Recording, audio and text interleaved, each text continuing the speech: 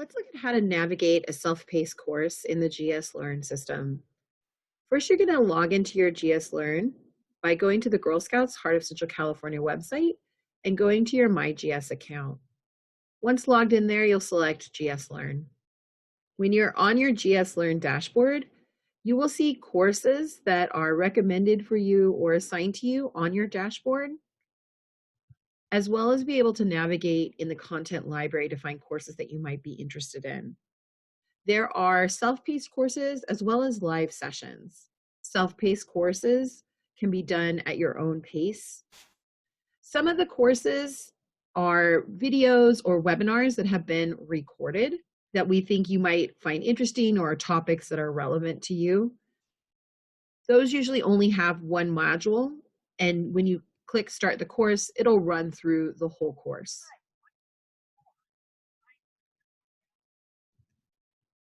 Some courses have several different pieces put together and include quizzes and other interactive activities or reflection pieces.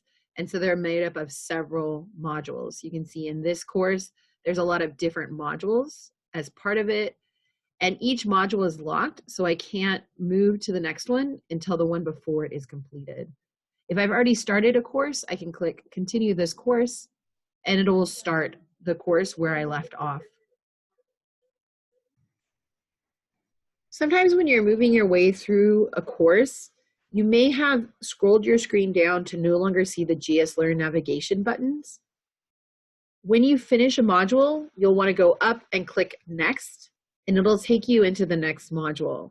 If it's a quiz, or in this case, a self-reflection activity, you would click Start, and then enter the information that they're asking for, and then click Continue. And it'll start the next module for you.